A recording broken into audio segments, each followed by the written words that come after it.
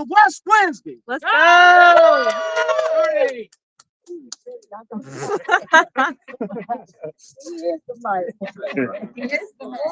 Come over here, Mike.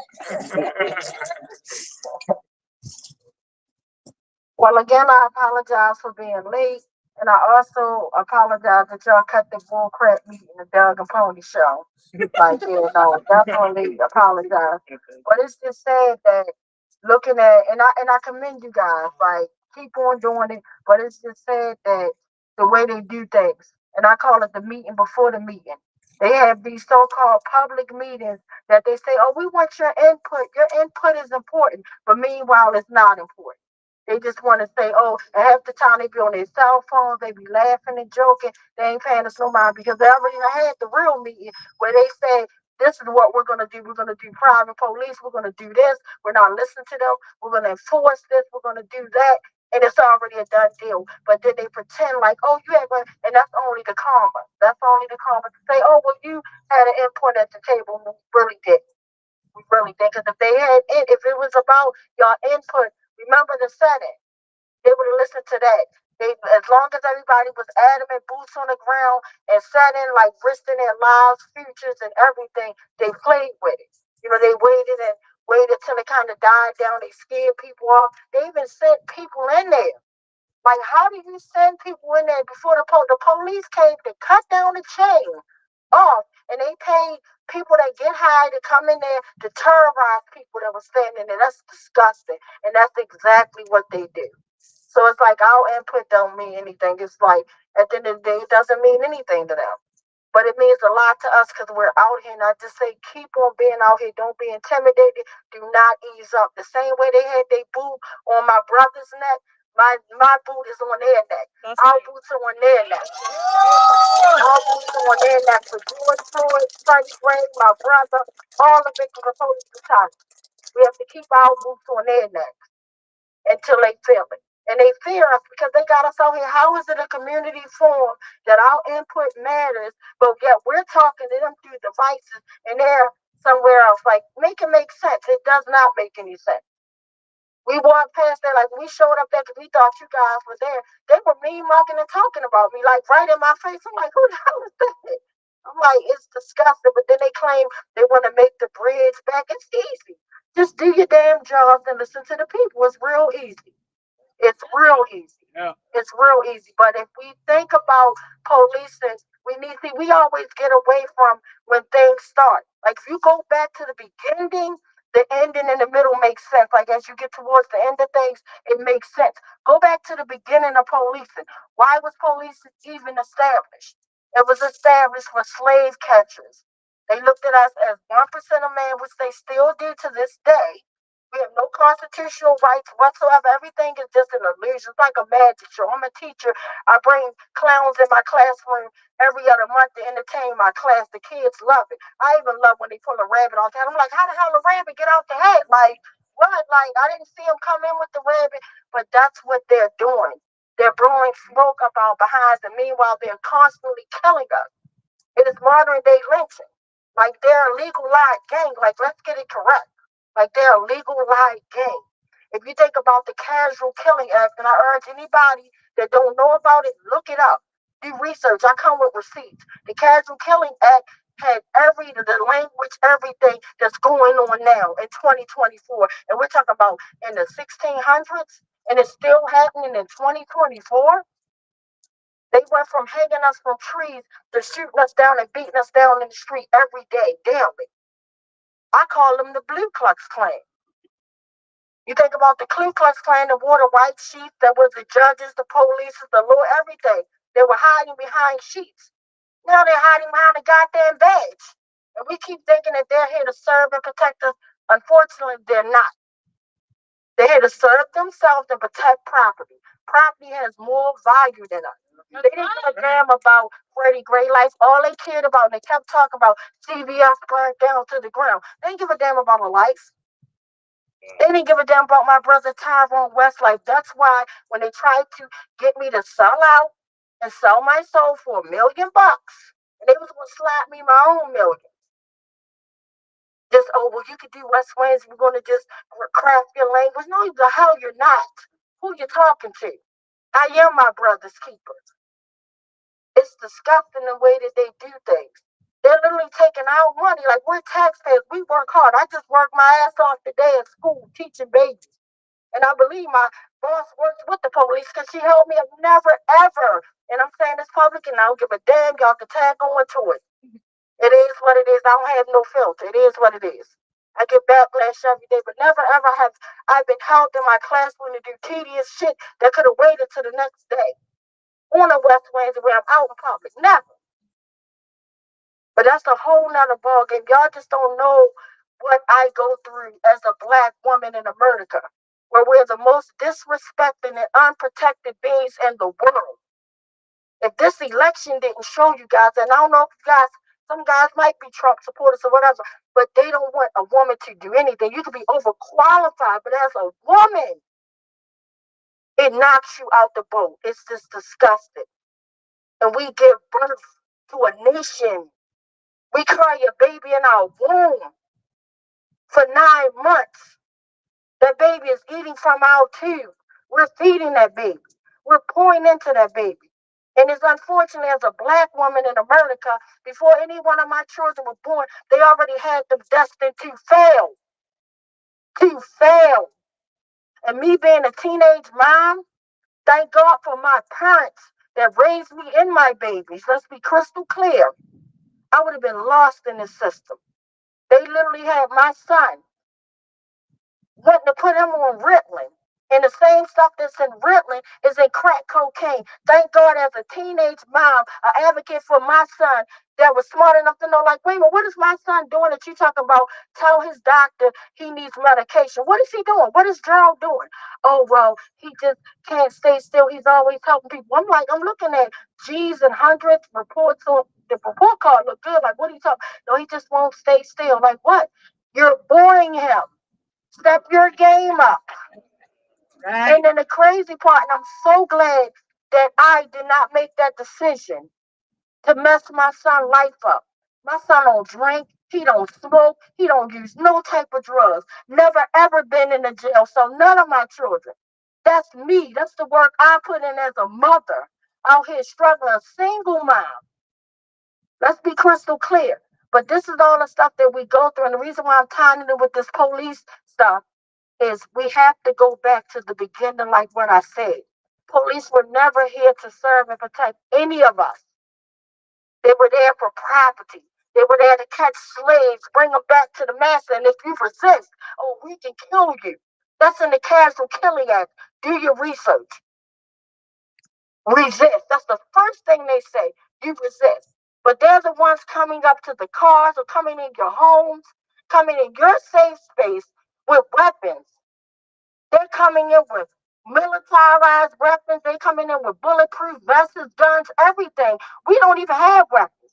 And even the ones that do have weapons, if you're a serial killer, you're Caucasian in America, they'll walk you to Burger King, get you a burger if you shoot up a church, and give you a bulletproof vest and let you live. So I don't want to hear about they need more training. The training is there. We need to wake up. They keep on blowing smoke up our behind. Crystal clear. That's all it is. It's the dog and pony show. That's what they were doing tonight. Like, you guys are being peaceful. And just like when we stood out, and I'll never forget when we had the big West Wednesday, and I never seen so many people on Greenmount Avenue, like 2,000 people. I never seen that many people. And when we were saying no to private police, justice for Tyrone West and all victims, we had our demands and everything. And what did they do? Out of everybody, they got my lawyer, Ron Daniels. Ron Daniels called my attorney and told them, tell Miss Jones she better not come up there and join the students. What? Like, are you kidding me? And she called me with that foolishness, and I put her right in her place. Excuse me, Miss Williams. Not only am I going to meet you there, I'm going to beat you there. You got me messed up. You got me messed up. You think, like, I'm fighting the mad phone like everybody, like, what? Add Ronnie D on my list, bro. Like, what? Like, are you kidding me? Like, he had the nerve to say, I'm gonna get her locked up for trespassing or worse. Like, what's the worst? And the worst was, and I thank God, the worst was he had some racist person standing by my car somewhere over here. I was parked over here, never forget it. And we walked over here peacefully and everything. From Green Mountain 33rd, that's a big stretch for me because I don't do no walking, as you know. I felt like I was going to pass out. But we walked over here peacefully, and then I brought my car back. Somebody broke my car, and we parked it. And thank God, and may he rest in peace, I had an off-duty police officer that got blackballed. And if I think about, let's think about Detective Suter.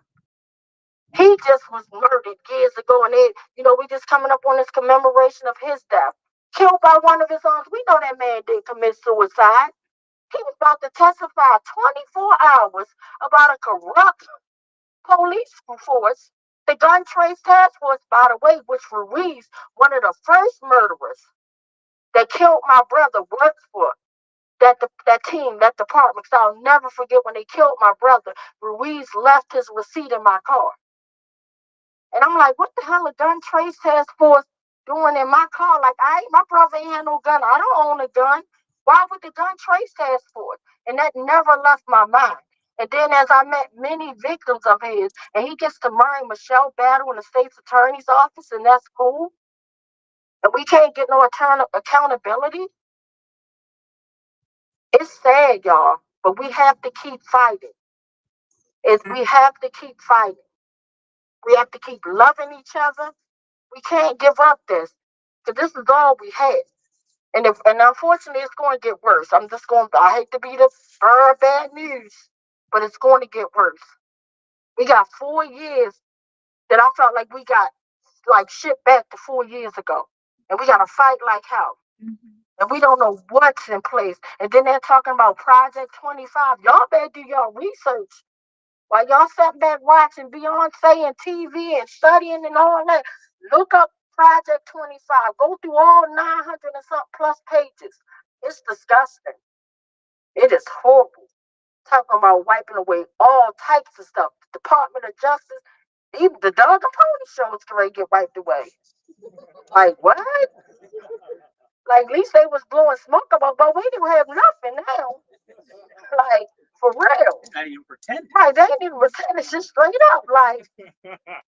So we really got to take it serious, y'all. And we have to love on each other. This is the time, and I always say, live to love to live. I've been saying that before my brother got killed.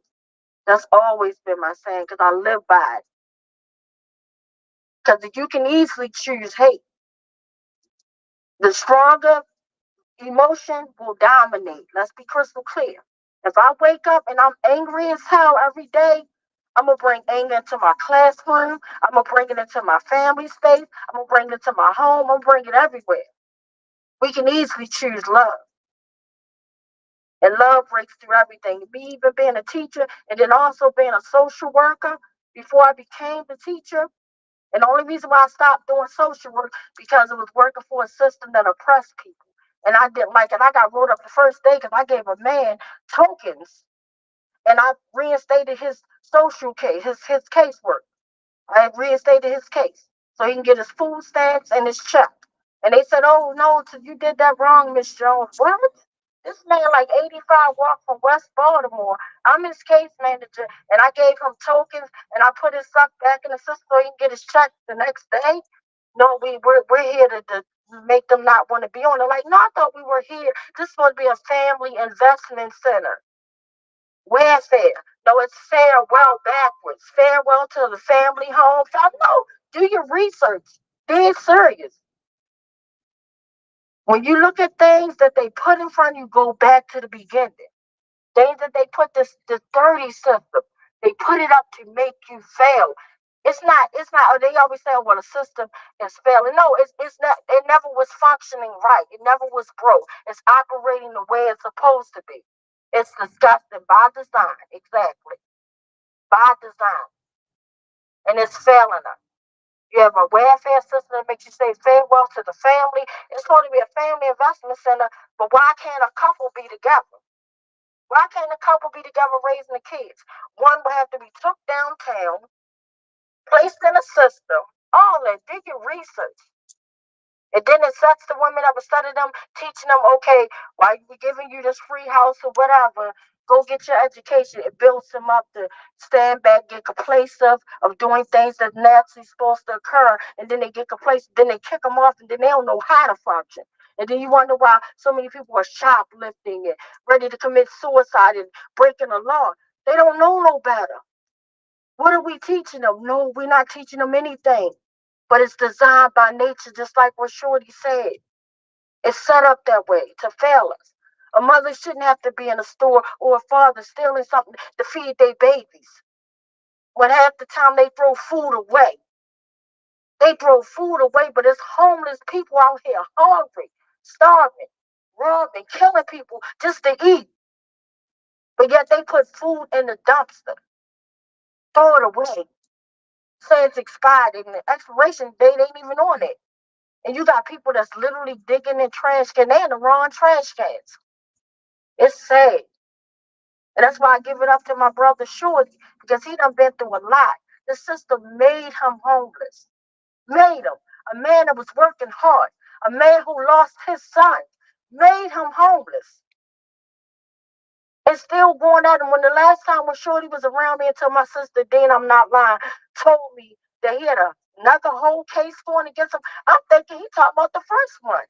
When he was talking about they accused him of being a toilet bomber. Like, are you kidding me? So when the Dina broke down, she said, that's a mess. I said, nigga, are you kidding me? I missed it. What? I was right there. I was dumbfounded. I couldn't believe again. But this is what the system does. It repeatedly does the same thing over and over again. It's killing us over and over again. It's murdering families. Because when you kill one person, you murdering the whole family. It may be that one person, but it's that one person's connected to a mother, a brother, a sister, a friend, a cousin, a grandchild, whatever. And they die with their loved one. It's hard to accept natural causes when someone dies. Your loved one could be placed on hospice care, been in that situation. My uncle that literally died pretty much for fighting for his nephew. He never got a chance to see accountability. This man suffered a stomach tumor, literally worrying about, are we going to get accountability for Tyrone West? And literally that stomach tumor, they left some of it in Hopkins, left some of it in him, and it turned cancerous and took my uncle out, wiped him completely out. And that was hard for me to see this man on hospice kid, knowing that any moment, any day I could walk in there and my uncle would be gone. And literally for me to actually walk in there, and thank God, God gave me hunger pains to make me say, Uncle, can I go to the store real quick? I'm going to run to McDonald's. I'll be back. He squeezed my hand because I guess he didn't want me to see it. And I didn't want to see him take his last breath. I get to the McDonald's, come back. They running in his room. He gone. And his head was turned to the other side of the window, looking out the way, the direction in which I walked out. But at first, he had no movement, and I kept hearing this rattling sound. But I never knew when you're in hospice care that rattling sound means things are shutting down. But that was so hard for me to accept, and I knew it was coming. But just imagine when my brother got killed. I didn't know that was coming. It was a typical day on July the 18th. Typical day. We woke up in the morning. I called him. He was my alarm clock. A man of being persistent on time. He told me, if you show up to your work at 8 o'clock, you're late. I'm like, that's my time, bro. He said, no, that's late. At least get there a half hour early. I said, you got me messed up, bro. Like, but because he was driving, he would get me there literally almost a half hour early. And I sat right in the car with him and talked and eat my breakfast. But my whole point was I didn't expect that. And that's a pill that I will never swallow because murder is something terrible. And then to make it even worse is when someone kills you from law enforcement that's supposed to protect and serve, and they kill you. Like my brother wasn't killed by community violence. He was killed by pulling over in what he thought was an effort to, I don't even know why they pulling my sister car over. I'm just going to turn on the lights in here and let them see I have no drugs, no weapons. My sister and me already talked about this. Trayvon Martin stuff happening. I don't want no parts. And you pull my brother out by his dreadlocks and start tasing him, pepper spraying him, beating the life out of him. I'm talking about 17 maniacs, steel toe boots.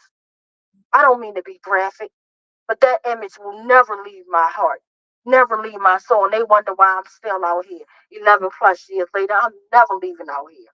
Never. And then the fact that you have the medical examiner's office to lie and say that my brother died from dehydration and a heart attack, like, are you kidding me? Shame. Shame. Disgusting. And then they wonder why I fight like hell. And then they want to fight me and intimidate me. Somebody just came to my yard, opened up my fence, and let it be known that they opened up my fence. Let it be known they be doing little stuff, knocking my flowers down, all types of stuff that makes no sense. But it's not going to stop me. And then it's sad because when I see other victims talk about their trauma and what they're going through, I'm like, damn, I hope I don't look crazy like that. I'm not even going to lie. Because when they tell me some stuff, I'm like, damn, that sounds crazy as hell. I hope I don't sound like that. But it's the reality that we live in. I don't drink. I don't use drugs. None of that. So whenever you hear me, I'm coming from a clear conscious heart. I'm telling you the truth. Think about all the activists. Do your research. Google search how many activists was killed representing Michael Brown. And you can start at Don Seals, a man that was out there fist up, fighting back, burnt up in his car, unsolved. Another activist hung from a tree, unsolved. Three more burnt up in their car, shot up. Same way. Do they gotta come shoot my car up, shoot me up before y'all realize what I'm saying is the truth? It's real. So that's why it is our duty to fight for our freedom. It is our duty to win. We have nothing to lose but our chains. Mic check. My check.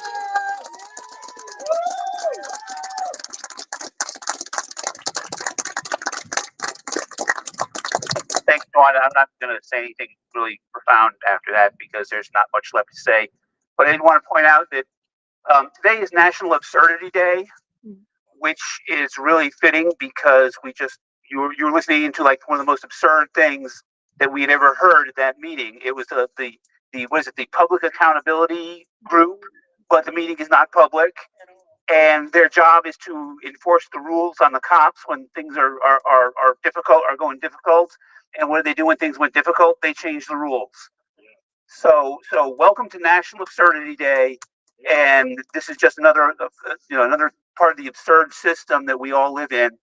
And so I just wanted to put that out there as maybe something that's not quite so heavy. But the other thing that I wanted to say, that I say occasionally in at West Wednesday and other places, is when we talk about the police and how we don't want any police and how we should abolish the police, that sounds that sounds bad to a lot of people because they're worried about their safety. And so when we talk, I think that people should try and talk about public safety. We are in favor of public safety. We don't need police. If police made us safe, the corner of 33rd and Greenmount would be one of the safest places in America because we got like 5 cars there whenever we show up on Wednesday. So we need to be talking about public safety and how we want public safety, and we want people to come to like domestic altercations why do you bring a gun to that? We need people who bring social workers to that. We need people who bring counselors to that. And when people are having arguments, we need community people in the community to be in there for that. But we don't. We it's not that we don't want public safety. It's not that we don't want people to be safe. And that's what they're going to say as soon as you say, "Oh, we need to abolish the police." They're going to say, "Oh my God, the criminals will be running all over America," and it'll be well, we won't even go there. And a lot of them are wearing blue outfits, but that's a different story. But we have to be clear that we are here for people to be safe. We love these communities. We want these communities to be safe. And police are one of the biggest dangers to these communities. And so, we just want to keep that out there when we're talking. And when you're talking about what the kind of world that you want to see, That's what we need to have that out there for people. That we want public safety. We don't want police. We want public safety. Mic check. Mic check.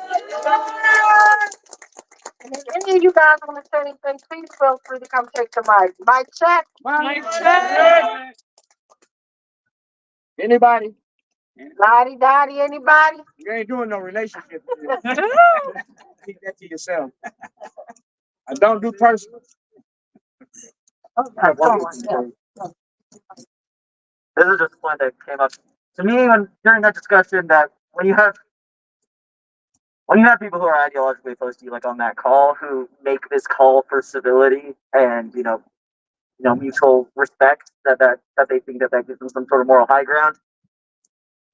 Always remember that that's coming from a place of bad faith. If they valued our safety, if they valued what's in our best interest, they would be also vehemently opposed to the institution that they are supporting. So that's a trick that gets pulled a lot with we're better, we have more high ground because we're telling you to not curse, to not, let us not feel emotional about the danger that we're going to cause for you. Right. So anyway, yep. Excellent point. Thank you. Yeah. Woo. Mic check. Mic check. So do anybody else want to say anything? Anybody got any events that y'all gonna have that y'all want to Any upcoming events? Tomorrow, there's a protest for Donald, Morgan State tomorrow. Oh, so tomorrow. Oh, Donna, Rochester. What time? 6. 6. Where? It's on it's on the street though. I forget. Cold Springs and Perrin Parkway, Cold Springs and where? Most thing in the other stuff. Guy, I gotta look on the map. We're going to drive in Helen Road. Y'all gonna drive to Helen Road. All going drive to Helen Road for Donna, Rochester. 6 to 8. So if you guys can show up and support for my sister Danielle, please do. It's sad she lost her child. And the same district, Northeast District, is responsible for killing her son as well. They did this thing dirty. Like, you kill an 18-year-old baby, an innocent baby. Literally, you jump in front of the car to give a reason to shoot the car. Like, make it make sense. And kill a baby and leave a mother heartbroken. That's disgusting. They're fighting. Shame. It's disgusting. It's disgusting. And they still playing the dog and pony show with her. And then the saddest part is they'll use us for photo ops. And the ones that powerful for the photo ops, when it's time for you to use their power, they leave you alone. They don't know you. It's disgusting. So if y'all can show up tomorrow to support for Don L. Rogers, he should be here. This baby should have graduated from high school, been, doing the things, living out his dreams. Disgusting. So, anybody else want to say anything? Yeah. There's another event. There's another event on the 20th, on January 20th in DC. It's a big drum protest. It's our drum protest. Ooh. Oh. Yeah. I know about that. Yeah, it's a big protest of Trump protest, right? Against Trump, right? Right, yeah.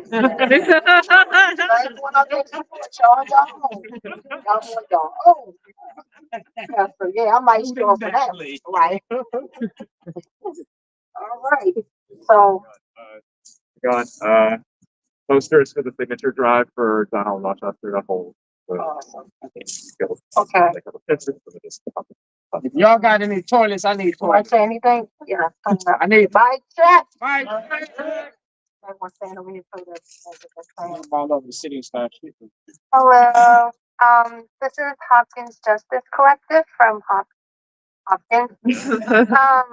Tomorrow, on the steps of the Gilman building, HJC is going to have a pop-up university action, which is basically we are going to have seminars discussing the JHPD and the divestment petition, as well as connections between the JHPD and Palestine. So it's going to be tomorrow at 12 p.m. to 3 p.m. And we're going to sit outside the steps of Gilman. So and there will be an art build as well, and just hoping that you guys can come so we can discuss and show solidarity to Hopkins that they are also complicit in the genocide of Palestine. Yeah. So if y'all can show up for that, and I'll be there in spirit. I wish I can show up, but tomorrow we're having Friendsgiving at my school for the parents to come in to say and be thankful and all that great stuff. Yeah. Mike check. Anybody else want to add or say anything? Mike check. Mic Mike check. Hey, go. I'd like to appreciate everyone who's come out here. Thank you. For the next 4 years, no matter what happens, do not give up the fight. Hey. This system is corrupt. This system does not work for us. Don't believe the lies that you hear on the media, okay? Do not give up the fight. All right? Don't be dissuaded. We need to stick together in order to beat this system. Okay? Yes. Come on. Yeah. Thank you so much. Yeah. Anybody else want to say add to before unfortunately we get to our sad list? All right. Oh, come on, sweetie. I just wanted to say, speaking of Palestine, while we've been out here, the U.S. just vetoed ceasefire again. And we had to sit and listen to people talk about wanting to hear both sides a lot, but both sides can't talk if one of them is dead because of the other side. So, yeah, it's all of us together. Yeah. Yeah. All together. Yeah. Anybody else want to say or add to it? Anybody? All right. I'm trying to find our mission statement as usual. Give me 1 second. I'll just make some. I know. No, it's right here. All right. All righty. So if we don't want to add to anything else, I'm going to go over with our mission statement. And then after that, we're going to take 2 minutes for solidarity for everything that's happening, not just in Baltimore City, but all around the world. So we're in some sad times. So it is the mission of the West Coalition to work for accountability for Tyrone West and all the victims of police brutality. We believe that there is a connection between police brutality and community violence. Police can use de-escalation strategies to diffuse situations without necessarily using force, and we encourage community members to resolve disputes without violence. We care deeply about those families impacted by police brutality and community violence. We seek to lift up the names of their loved ones from a place of respect and care. We obtained the list of names of those shot and killed by police and lost to community violence from national and local news outlets. Um, we have no detailed information about the circumstances surrounding each of the deaths or the people that died. By reading these names, we're not condoning violent behavior on the part of anyone involved in the situation. The time now is 8:15. We're gonna be quiet for 2 minutes, so we'll be back at 8:17. If you're into praying, say a prayer. If you're not, just send positive vibes and hope. Yeah, because we definitely need it. So, mic check. Mike check.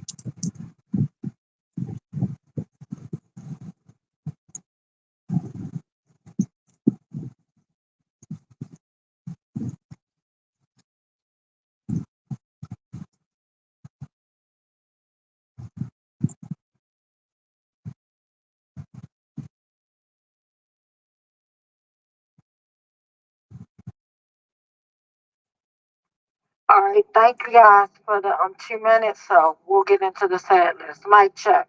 Mic check. So, there's a Jewish saying that a person who saves a life saves the whole world. And the same way, a person who takes a life destroys the whole world. And there are, nephews and nieces and coworkers and mothers and fathers and sisters and all of these people. Each of us sits in the middle of a huge web of community. Often we don't know how big it is. And so I'm going to read these names of these people who were killed in Baltimore in the past week. I see us as standing against not only police violence, but all violence. And so I'd like to take us to take this time to repeat these names back to me, and to take this time to rededicate ourselves to the fight for community and against the empire. Paul Lee. Laquare Harvey. Kiara Tripp. Thank you. Thank you. And do we have a police fatality list? Unfortunately. So I'm tasked with reading the names of the folks who were killed in a period of 6 days, because that's the information we have from November 1st through November 6th. These are folks who were killed by police all over this country.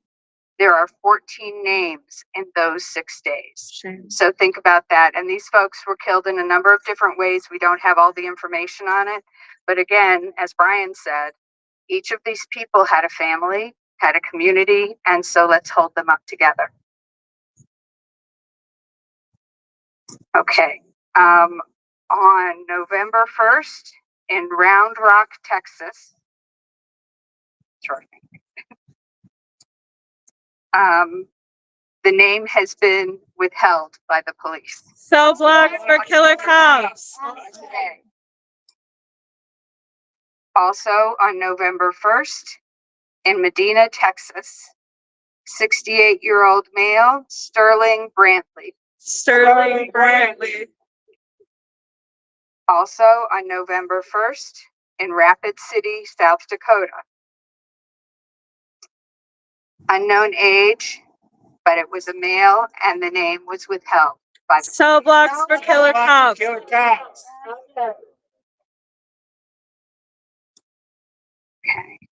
On November 2nd in Flint, Michigan, 17-year-old male, Rayvon Shaheed.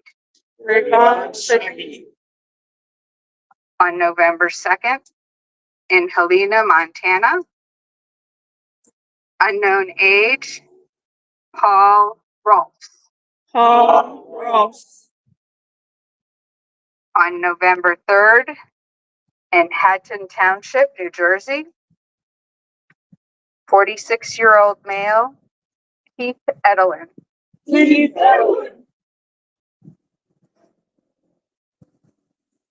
Okay, on November 3rd in Elizabethtown, Pennsylvania, 39-year-old male, Andrew Ward.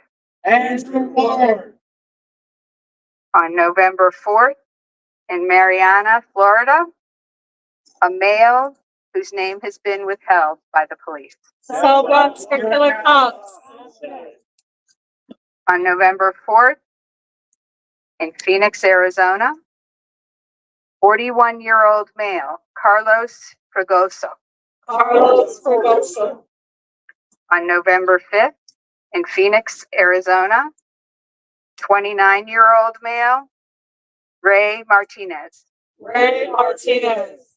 On November 5th in Lindale, Texas, 40-year-old male, Jonathan Layton.